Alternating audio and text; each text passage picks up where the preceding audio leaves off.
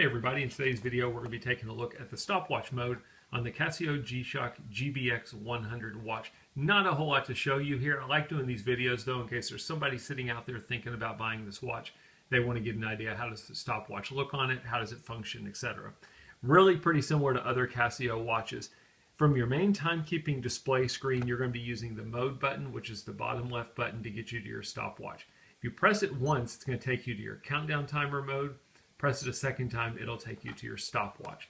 Not a whole lot of bells and whistles in the stopwatch, although it's very legible. You've got a couple things showing up here. This top left icon is just showing that I have my Bluetooth connected to my cell phone. Your middle is going to be your stopwatch value. 99 hours, 59 minutes, and 59 seconds will be the max that you can run your stopwatch for. And then at the bottom, you're always going to have your current time display. If I did have some alarms set, you would also see your alarm indicator down here as well.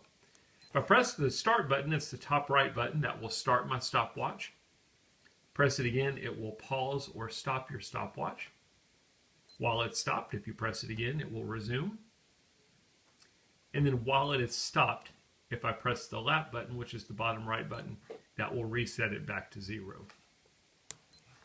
As with other Casio watches out there, while it's running, you can use the lap button to record a split time. So maybe you're trying to track your first mile, you want to do your split.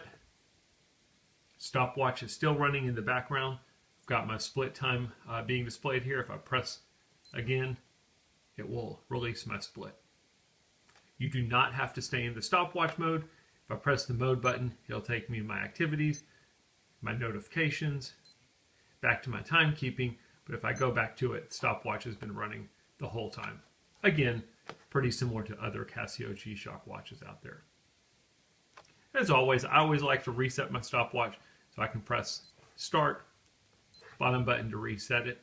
You can press the mode button to get back to your main timekeeping, or like other Casio watches, you can always press and hold the mode button, and that will take you back to your timekeeping mode.